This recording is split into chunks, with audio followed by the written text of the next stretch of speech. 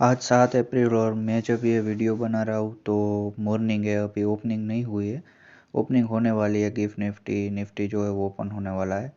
लेकिन कल जो हम क्लोज़ हुए थे वो हम लगभग लगभग 23,000 के आसपास क्लोज़ हुए थे। 23,000 जो है वो हम सस्टेन नहीं कर पाए थे।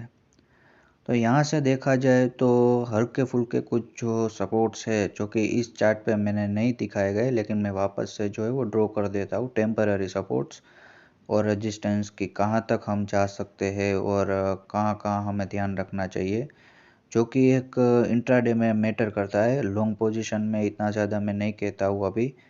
तो यहाँ से देखा जाए तो 23,000 है और भाई 23,333 थोड़ा सा इधर उधर हो गया है।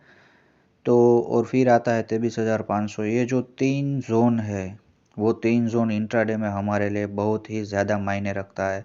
और आजकल देखा जाए तो क्रूड जो है वो वापस से लगभग लगभग $115 के आसपास जा चुका है। और उसकी भी अगर आपको वीडियो चाहिए तो मैं आपको बताऊंगा कि भाई क्रूड जो है मैंने पहले भी बोला था कि $120 तक जा सकता है, वो मैंने पहले ही बोल दिया था।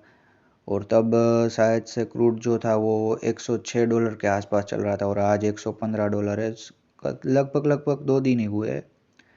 और यहाँ से आप अगर निफ्टी का ट्रेंड देखो ना तो वॉर के हिसाब से जो ट्रेंड है वो लगातार डाउन ही आ रहा है। मतलब कुछ ऐसा पैटर्न नहीं दिख रहा है, कुछ ऐसा नहीं दिख रहा है कि भाई देखो ट्रेंड जो है वो अपसाइड हो, और ऐसा कुछ नहीं है। बस 2-3 दिन आप चार्ट में देखो, ये मैंने 1 दिन के हिसाब से टाइम फ्रेम मैंने ओपन किया हुआ है। जो 2-3 दिन जो भी ग्रीन कैंडल बनती है उसके बाद वापस से अगेन जो है वो मार्केट ट्रैप करता है और वापस से एक नया बॉटम बनाता है। आप देख सकते हो पिछले कई दिनों से ऐसा ही चल रहा है। 3 दिन लगातार रैली, वापस मार्केट एक नया बॉटम, 3 दिन लगातार रैली और फिर वापस एक नया बॉटम। तो ये सिलसिला शुरू हुई है। तो ऐसे में हम ये भी नहीं कह सकते कि भाई चलो मार्केट में एकदम रिकवरी आ गई। और डेटा की बात करें तो डेटा बहुत इंपॉर्टेंट है। देखो जियोपॉलिटिकल टेंशन जो है वो अभी भी ख़त्म नहीं हुआ है। अभी भी हॉर्मुज़ को लेकर चर्चा चल रही है।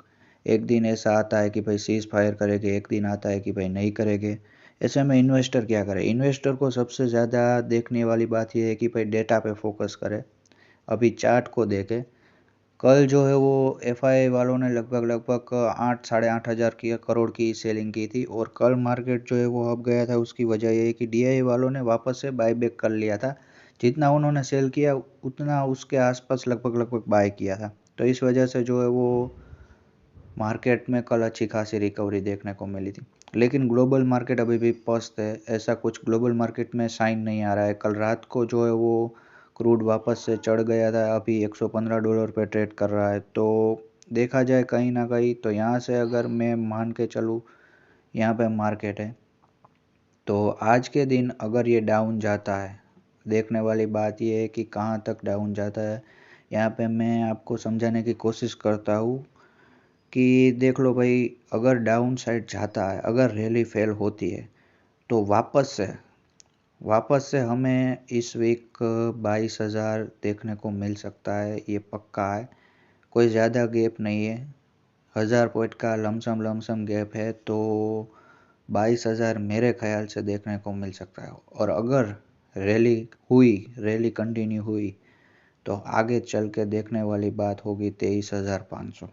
23,500 हमारे लिए बहुत ही मायने रखता है। अगर यहाँ से रैली आगे जाती है तो भाई फिर 23,500, फिर 24,000 ऐसे होता है। लेकिन मेरे को यहाँ पे कहीं ना कहीं लग रहा है कि आज जो है वो मार्केट रैली नहीं करेगा।